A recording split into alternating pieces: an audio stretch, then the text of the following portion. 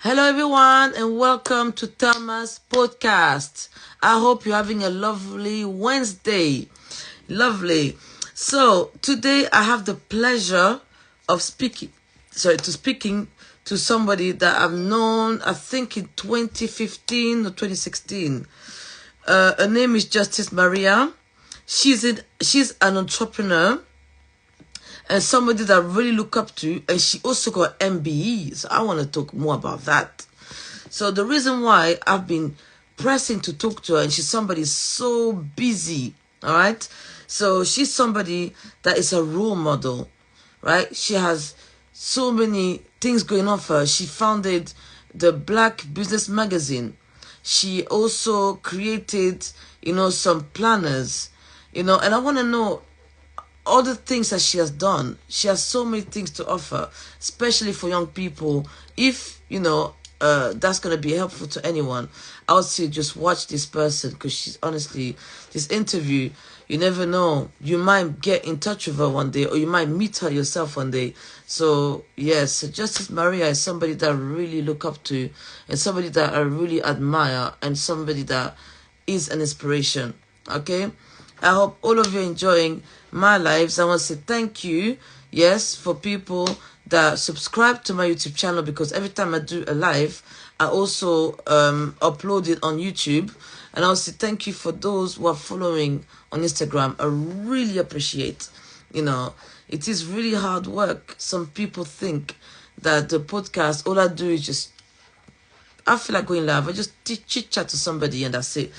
Well, it doesn't work like that. Usually I have to plan, who's coming up. So I need to chase people, like guests. I'm like, oh, can you come on my live? Speak about what you do, so that can inspire people. So it's a lot of work. I also have my precious diary. You see, so every time I plan the lives, I have to write the date and time, so that I'm always organized. So I can see it's not something easy. But again, anything that you want to do in life, honestly, young people out there watching, anything that you want to do in life requires commitment, hard work, and perseverance. Those are the three things, that I'm going to advise you.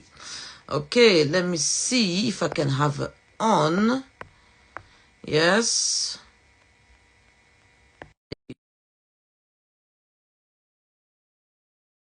So this podcast I've started really is to motivate and encourage and inspire students in school about what life after school will prepare you. So that's something that I really want you guys to have a look and be like, oh yeah, I want to go into this path, or maybe that's that path. So something that you can think about. And I spoke to the lovely Leonie today before I'm going to speak to Justice.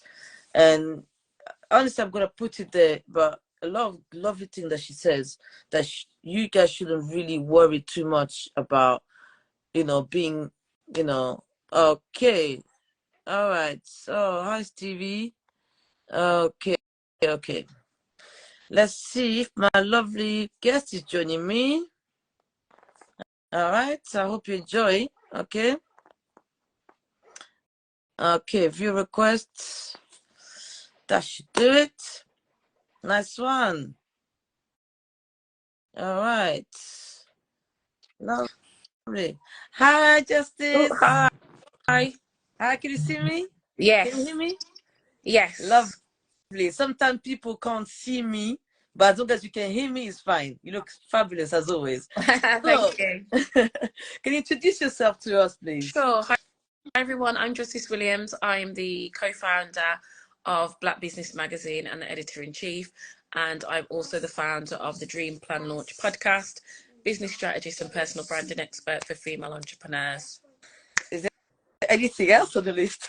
Uh, co-founder of two kids, age 6 and 13. Oh, oh, amazing, amazing. So I would like to know, when did you start this journey of entrepreneurship? And yeah, when did you start this journey first? Let's go into that. When did you start?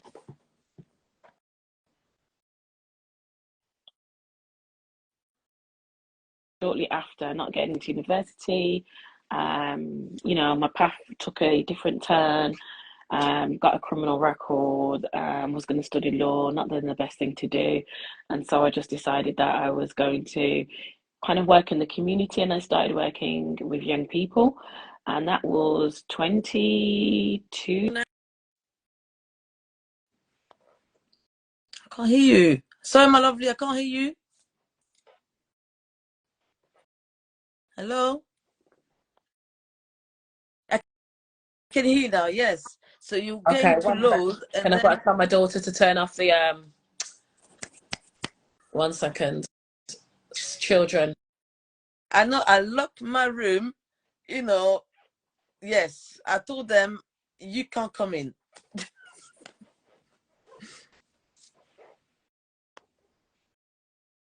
No. That's it. I can't hear you. I can't hear you.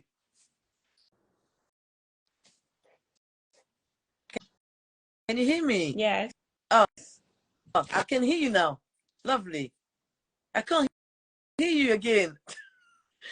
What's going on? Is the airport or Okay. is it your Okay. daughter doing something? Yeah, she's got my laptop, and then she decided to go on YouTube, and then so I'm hearing the YouTube in my ears because my devices is connecting to Oh, everything. So I've just switched off her Bluetooth. But yeah. So yes, joys of yes. parenthood. Yeah. So as I was saying, so I started working with young people, and from then I decided to kind of transition in terms of helping young people start their own business, move into entrepreneurship. And I started my first magazine in 2008, which was a young people's magazine, helping to create positive role models for young people because there was a lot of negative stereotypes of young people in the press. And yeah, and then from then I kind of moved into enterprise support, went back to college, did my teacher's training, and certified as a business coach, and then just started working with clients running enterprise programs specifically for young people. And when I then turned 30 and then I became a mom, I then transitioned, my audience changed, and I didn't consider myself to be young again. And so my audience transitioned to become women. And so, yeah, it was then women in business that became my focus because I naturally just attracted them because I was a mom, I was running the business, and they would ask me lots of questions. So how do I do this? How do I juggle motherhood and raising children?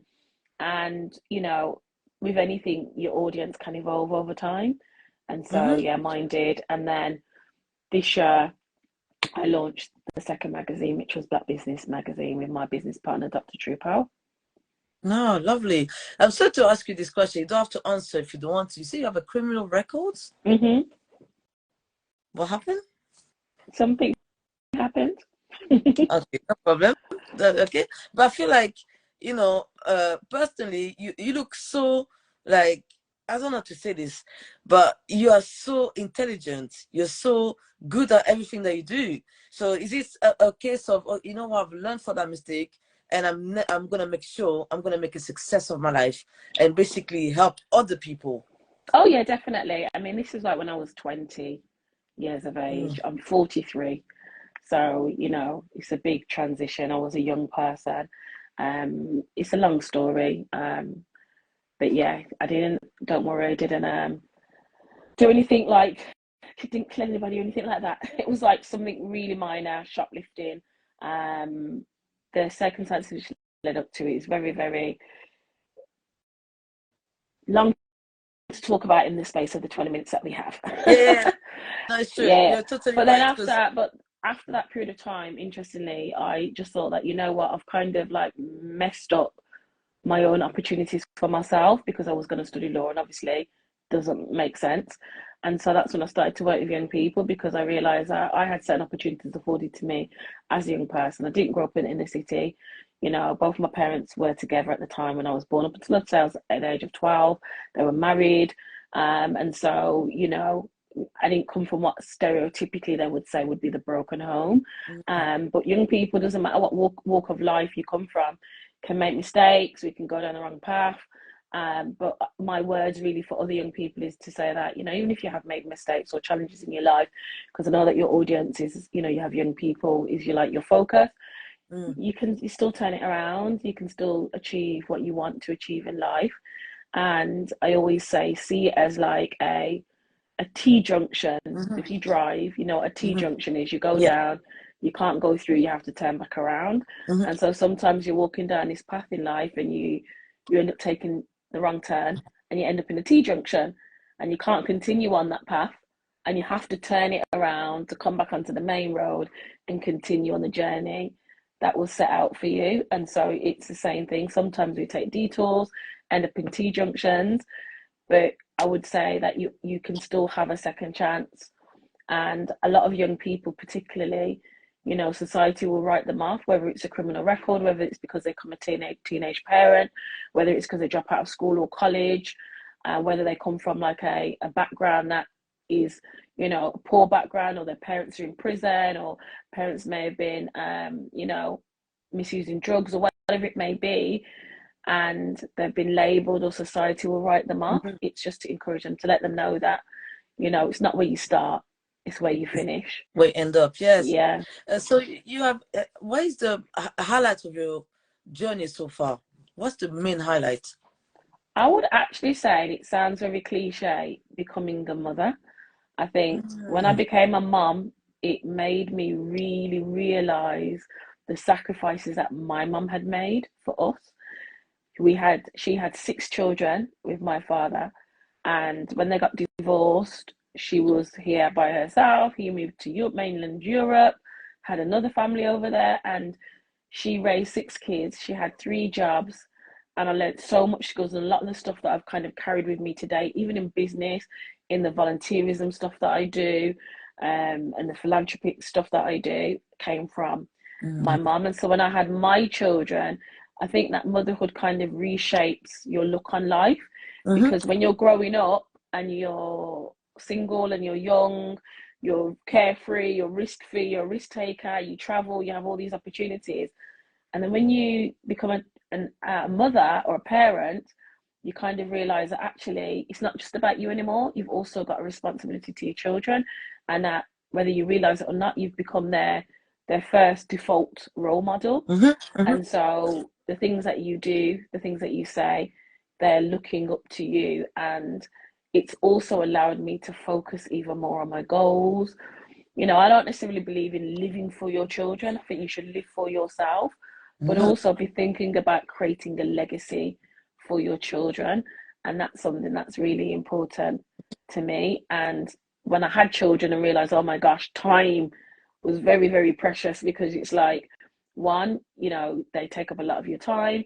But also, I look back into my 20s and I think, oh my gosh, I wasted so much time when I could have traveled, when I could have took all these opportunities. But then, when as soon as you have children, your life changes, because they are now the priority. You can't just get up and jump on a plane or No. have a lie in on the morning because you've got to take them to school and all these things. So yeah, I'd say that was kind of like a pivotal thing personally.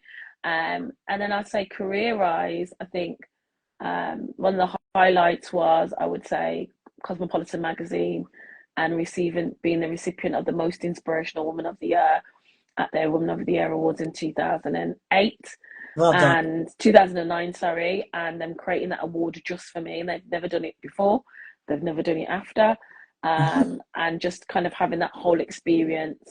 So yeah, and just being recognized for the work that I was doing. You know, I never did it for the money. At that time, there wasn't social media where you had Instagram and you got likes and things like that.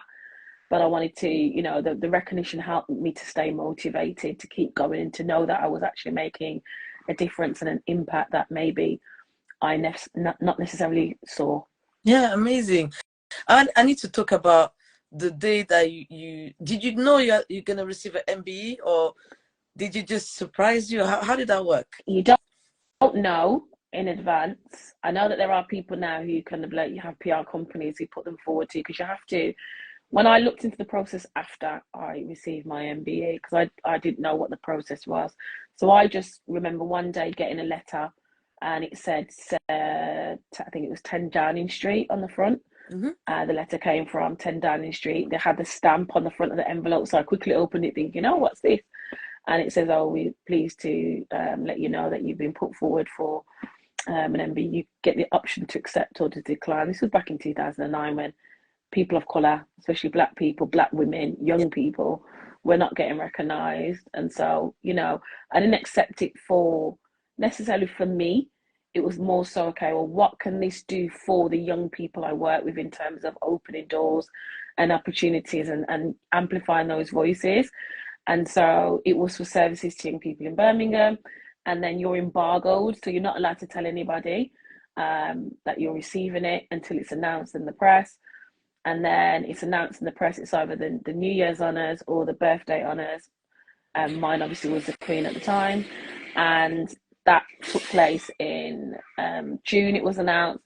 And in November, I was invited to Buckingham Palace for the investiture. But no, you don't get to know in advance until they write to you. Until this day, I don't know. I've asked, nobody will tell me who's nominated me. I don't know who nominated me, who put me forward, but it's a process that takes 12 to 18 months to go through, and it goes to a whole panel. They research on you, they look you up.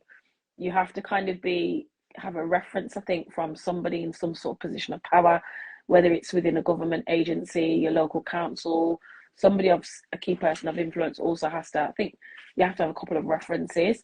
But yeah, I had no idea. I mean, I was 20 something, you know, I just about knew what it was. I knew what Queen's Honours kind of were, but it wasn't something that was ever on my radar or something that I thought you could put yourself forward for anyway. But I know that now in these days, it's something that people often, you know, everybody's after an award or an accolade. So yes, that was my personal experience. So how does it feel like to not just be Justice Mariah, but Justice MBE? How does it feel? Do you know what? And it's not to sound ungrateful. My mum was more happy than me. I think at the time, because my focus was so much on the work, and it was at a time where I just thought, oh, actually, business-wise, this is good for business. This was 2009, you know, post now 2020, you know, and even the last 5 years, and we look at that, you know, we can't deny the atrocities of the British Empire. And so, you know, it is nuanced with that. And it was a conversation, it was a tough conversation before I made the decision to accept that I had with both my parents. My mum was like, yeah, you know, this is for your work, recognition of your work. You'll open doors, it will create more opportunities. You know, as Black people, young people, women, you know, 15 years ago, we weren't taken as seriously. Even today, we're still behind in certain positions in society in terms of gender parity. And so I looked at it as this, okay, well, at least this will, people start taking me seriously, and the young people that I work with and the work that I'm doing seriously. And it was literally that was it for me. It was like, okay, this is a great opportunity. And then I think if it was 2023, I'll be honest, I don't know if I would accept a Queen's Honour today in 2023 in terms of everything that's happened, and you know, have evolved and have grown in 20 odd years.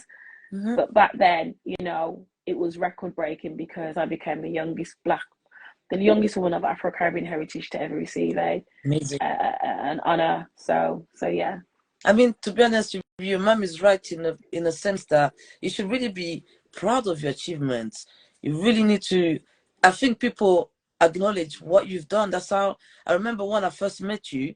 And I was like, oh, who's this person? And then somebody actually spoke about you, and I just saw you. There was an event. I know it was I forgot, it was around Westminster. It was for women businesses, and I had no idea what I wanted to do. And I remember when I contacted you. You asked me the basic question, what exactly do you want to do? And I didn't know the answer for that. Can you imagine, years later, finally I put my ideas together, a lot of research, and I saw what you did, and that exactly inspired me to kind of do what you did. But for young people, at first it was about me. I want to do something for me. But then I realized business is not about you. It's about, well, how can you make people's life better, easier. So I saw the success you had. I said, listen, this woman is doing something right. What is it I'm doing wrong?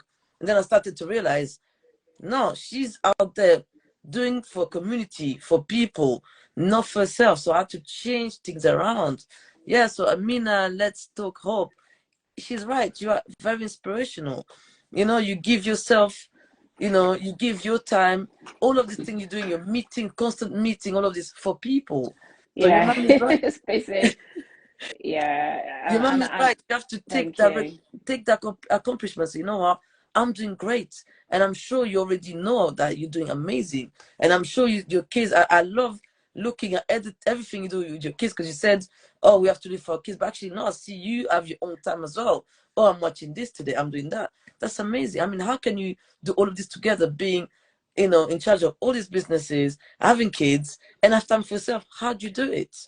It's hard. It is very hard, and I think like you have to really set boundaries, and sometimes people get offended. Even how people communicate to me. I used to be someone that had my mobile on my email signature. People used to say, "Oh, you want to contact Justice? Here's their number." My phone used to ring all day of night.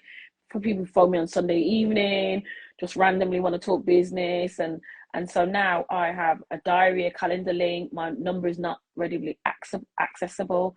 I have a business WhatsApp and a personal WhatsApp. I separate like business from family. And, I put on my auto reply in the holidays. I'm not available most of the time Mhm. because I'm taking that leave. I may be working, but like I'm managing people's expectations. I don't rush to respond to people's emails. I've auto replied to say, I will get back to you within 48 to 72 hours. And I kind of do a lot of my meetings in core hours, and so core school hours, and then I kind of wrap up at 2:30, and then I leave out, do the school run, and the evenings is usually for like catching up on stuff, but I'm usually not delivering workshops, meetings, or anything like that with clients in the evenings unless it's for like a major client. So recently I did some stuff for Barclays and Ray and Nephew and some other organizations, and often those masterclasses do take part in the evening, but that's paid work. And so they're not all the time. I'll probably do one or two a month. And so so this time now really is for the children. But it's balance. You have to have boundaries. You have to have self care. You have to have me days. So there's a thing called that used to be called, I think I used to have a thing called freebie Fridays, Oh, but I call yeah. it, so I used to give away like freebies on a Friday, but now I call it free me Yes. Fridays. So Yes. I'm free on a Friday. I don't work. You can't book into my calendar for meetings, for discovery calls. I don't do any client work on a No, Friday. no. And if I have got admin and things to catch up, I will do, but I generally don't do work on a Friday. And I try every month to, meet friends for brunch or go out for a dinner and do something that's not work related. So I often go to networking events and dinners, but it's still work. And so I try and do stuff that's not work related, and then make sure that as well, at least a couple of weekends, every other weekend, we're out with the kids. And so the kids are out and they get to do activities. It's getting colder now. The kids are like, oh, I don't really want to go anywhere. But we usually always, like Friday evenings, is like takeaway movies, snuggle No. in mummy's bed, Oh, and we all watch movies and Netflix and things like that. And it's also about supporting the kids in their activities, whether it's gymnastics, boxing, football, swimming, all that kind of stuff as well. So you have to have a balance, otherwise you'll just burn out. yeah, exactly. You're totally right. So, Black Business Magazine, what is it about? What is it about? So Black Business Magazine was created to provide a platform for Black entrepreneurs in the UK. You see, there's a lot of mainstream media, but we're not really seeing the successful Black entrepreneurs. And the reason why it's important is because I firmly believe that you can't really be what you can't see. We already know the dire statistics when it comes to access to finance for Black businesses. And so, we're looking at 2% of women in general get investment. Mm-hmm. 0.02% is for Black women, and 0.2% is just for Black businesses. And so, less than 1%, less than half a percent, No. like it's ridiculous. Mhm. And so we're trying to change those narratives. We're trying to create a platform for entrepreneurs to increase their visibility, to build their brands so that more people can see who they are, so they can increase their customers, so that investors can see them and see them as credible businesses. And also as well, we want to be a platform to provide information, knowledge, insight, let people know about grants and funding and opportunities, bring people together to network and to kind of share good practice. And so that's what we want to be. We want to kind of create a community and a platform for Black entrepreneurs. And you know, just literally this week, two individuals who have been featured in Black Business Magazine both have been on covers of other magazines. Oh, They both have secured front covers of two totally different magazines. Um, Other ones have said they've been approached for someone to buy their business. Someone else has been approached to feature and go on the radio, and so, you know, it's helping people in terms of their brand and their business, and that's what it's for. And until we see equal representation in terms of, you know, proportional representation in the mainstream media and the mainstream business, especially for Black women, then we will still exist and we'll continue to kind of, you know, act as that conduit as well for brands and partners and funders and investors to tap into a pipeline of Black talent.